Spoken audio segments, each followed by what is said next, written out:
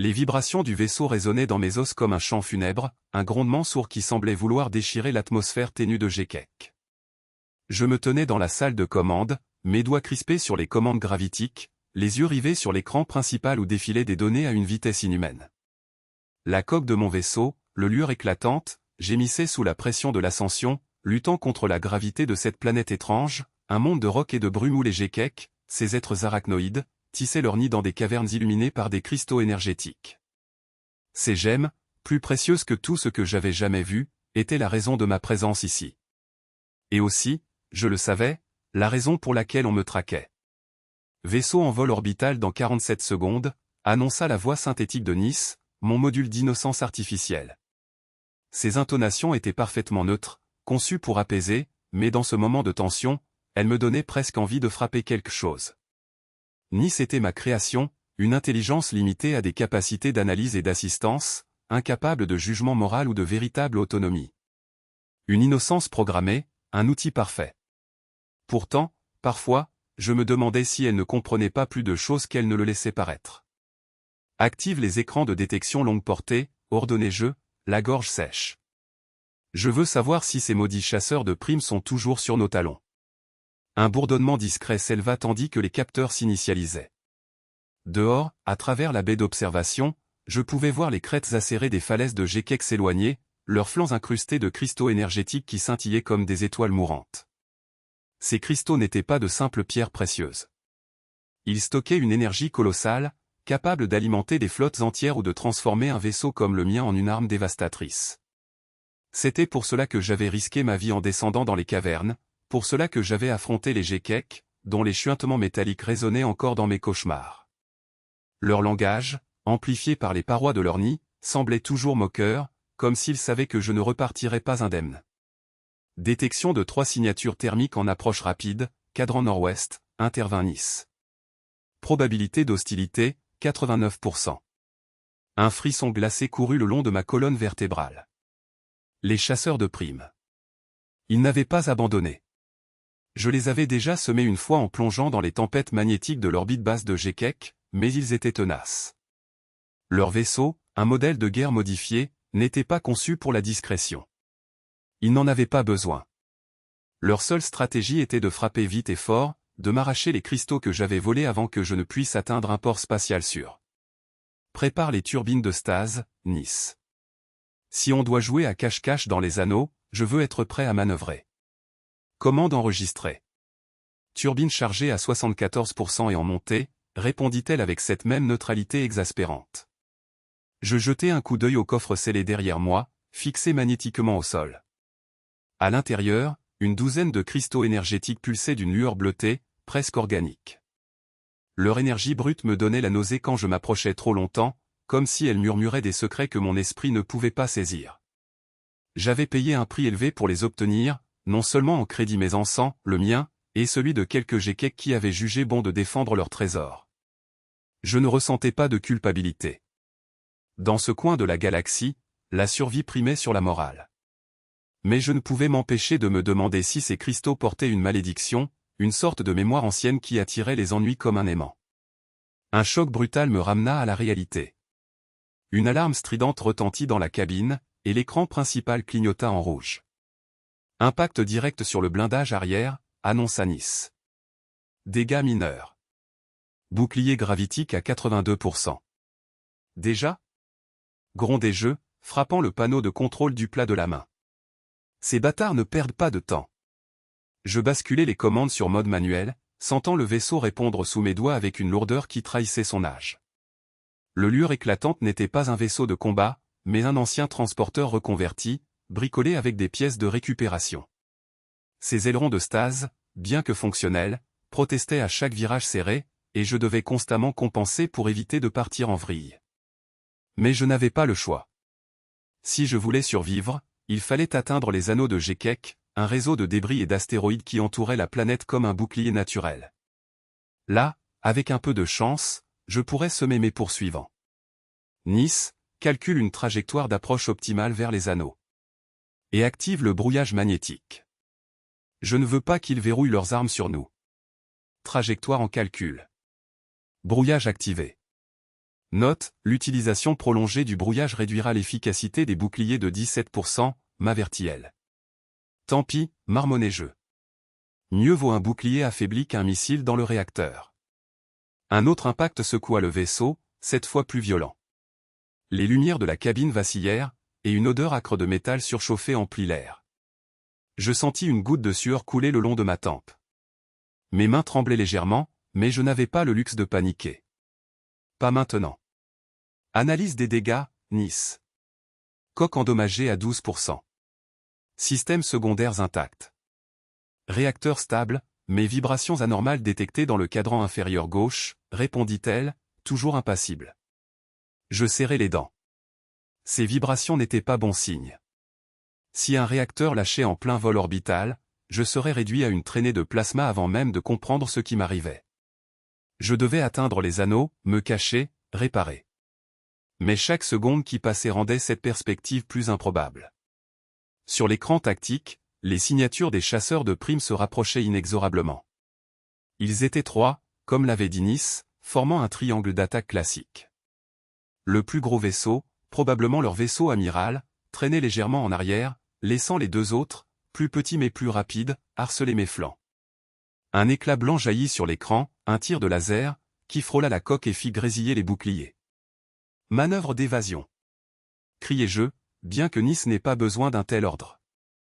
Le vaisseau plongea dans une spirale serrée, mes entrailles se nouant sous l'effet de l'apesanteur momentanée avant que les compensateurs ne rétablissent une gravité artificielle. Je sentis un goût métallique dans ma bouche. Du sang. Je m'étais mordu la langue sans même m'en rendre compte. Anneau en approche dans 3 minutes, annonça Nice. Probabilité de succès de la manœuvre d'évasion, 43%. Seulement 43%? Grognai-je. Tu pourrais être un peu plus encourageante, non? Je ne suis pas programmé pour l'optimisme non justifié, répondit-elle avec une logique implacable. Je ne pus m'empêcher de ricaner, un rire bref et amer. Cette innocence artificielle, cette absence totale de malice ou de jugement, était à la fois un réconfort et une malédiction. Nice ne me trahirait jamais, ne me mentirait jamais. Mais elle ne m'offrirait pas non plus de faux espoirs. Un nouveau tir nous frappa, cette fois de plein fouet. Le vaisseau tangua violemment, et un panneau de contrôle à ma droite explosa dans une gerbe d'étincelles. Une alarme assourdissante retentit, et je sentis la panique monter en moi comme une vague. Dégâts critiques sur le système de navigation secondaire, rapporta Nice. Redirection des ressources vers les commandes primaires. On est mort si on perd les primaires, marmonnai-je. Tiens bon, vieille carcasse. Je poussai les réacteurs au maximum, le grondement devenant un hurlement qui semblait vouloir déchirer le vaisseau de l'intérieur. Les anneaux de Gekek apparaissaient maintenant sur la baie d'observation, une ceinture de fragments rocheux et de poussière scintillante, baignée par la lumière froide de l'étoile locale. Si je pouvais m'y faufiler, utiliser les débris comme couverture, j'avais une chance. Une faible chance, mais une chance tout de même. Un éclat de lumière sur l'écran tactique attira mon attention. Les 2 petits chasseurs avaient accéléré, se rapprochant dangereusement. Ils allaient tenter de m'encercler avant que je n'atteigne les anneaux. Je pouvais presque entendre leur communication, leur voix rauque planifiant ma destruction. Mais je n'étais pas encore prêt à abandonner. Nice, prépare un largage de leur thermique. On va leur donner quelque chose à viser. Leur charger. Déploiement sur votre ordre, répondit-elle. Maintenant. Un frisson parcourut le vaisseau alors qu'une série de petites explosions contrôlées libéraient les leurs, des sphères incandescentes imitant la signature thermique du lueur éclatante. Sur l'écran, je vis les 2 chasseurs hésiter, leur trajectoire se divisant momentanément. Cela me donna quelques précieuses secondes. Les anneaux étaient proches maintenant, si proches que je pouvais distinguer les détails des plus gros astéroïdes, leur surface criblée de cratères et incrustée de cristaux énergétiques similaires à ceux que je transportais. Un vestige d'une ancienne catastrophe, peut-être, ou une création artificielle des Gekek eux-mêmes. Je n'avais pas le temps de m'interroger. Je devais agir. Un rugissement métallique emplit la cabine alors qu'un tir de missile frôlait la coque, explosant à quelques mètres de nous. L'onde de choc fit trembler le vaisseau, et je sentis mes dents claquer sous l'impact. Bouclier à 34%, avertit Nice. Recommandation, éviter tout autre impact direct. Merci du conseil, ironisai-je, le souffle court. Je plongeai le lueur éclatante dans un passage étroit entre deux astéroïdes massifs, leurs parois rugueuses frôlant dangereusement la coque. Les chasseurs hésitèrent à nouveau, leur vaisseau trop large pour suivre ma trajectoire sans risquer une collision. Mais le plus gros, celui en arrière, n'avait pas encore abandonné. Il lança une salve de laser, traçant des arcs mortels à travers les débris. L'un d'eux frappa un astéroïde à proximité, projetant une pluie de fragments qui criblèrent mon bouclier. « On ne va pas tenir longtemps comme ça », murmurai-je, plus pour moi-même que pour Nice. Analyse correcte, confirma TL néanmoins. Probabilité de survie sans intervention extérieure, 19%. Je serrai les poings, mes jointures blanchissant sous la pression. Il fallait que je trouve une solution. Les cristaux énergétiques dans le coffre derrière moi étaient peut-être ma seule chance. Si je pouvais détourner une partie de leur énergie, les utiliser pour surcharger temporairement les réacteurs ou les boucliers, je pourrais gagner du temps. Mais cela signifiait s'exposer à leur radiation brute, un risque que je n'étais pas sûr de vouloir prendre. Nice calcule les risques d'utilisation directe des cristaux énergétiques pour un sursaut de propulsion. Calcul en cours. Note préliminaire, exposition non protégée à l'énergie des cristaux peut entraîner des dommages neurologiques permanents. Probabilité de succès de la manœuvre, 62%. Probabilité de survie de l'opérateur, 38%. Je fermai les yeux un instant, le poids de ces chiffres s'abattant sur moi comme une sentence. J'avais volé ces cristaux pour devenir riche, pour échapper à une vie de misère dans les bas-fonds des stations orbitales. Mais à présent, ils représentaient ma seule chance de survie. Un éclat de rire sarcastique m'échappa. Quelle ironie! Prépare l'interface d'extraction énergétique, ordonnai-je finalement. On n'a pas d'autre choix. Commande confirmée. Préparation de l'interface. Recommandation, limiter l'exposition à 30 secondes maximum.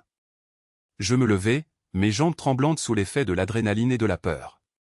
Je me dirigeai vers le coffre, chaque pas résonnant dans la cabine comme un glas.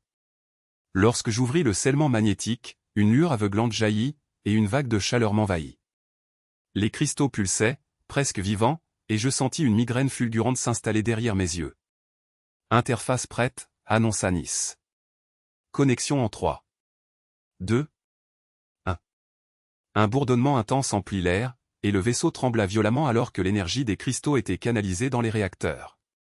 Je sentis mon corps s'alourdir, comme si une force invisible essayait de m'écraser contre le sol. Ma vision se brouilla, et un goût de métal envahit ma bouche. Mais sur l'écran tactique, je vis notre vitesse augmenter de manière exponentielle. Nous nous enfoncions plus profondément dans les anneaux, semant temporairement nos poursuivants. Surcharge terminée, intervint Nice. Réacteur stabilisé. Dommages neurologiques détectés chez l'opérateur. Recommandation, repos immédiat. Plus tard, haltai-je, m'effondrant contre la paroi. Quand on sera en sécurité. Mais je savais que la sécurité n'était qu'un rêve. Tant que j'avais ces cristaux, tant que j'étais une cible, il n'y aurait pas de repos. Je jetai un dernier regard aux anneaux de Gekek, à cette mer de débris qui nous avait sauvés pour l'instant. Les chasseurs de primes reviendraient. Ils reviendraient toujours.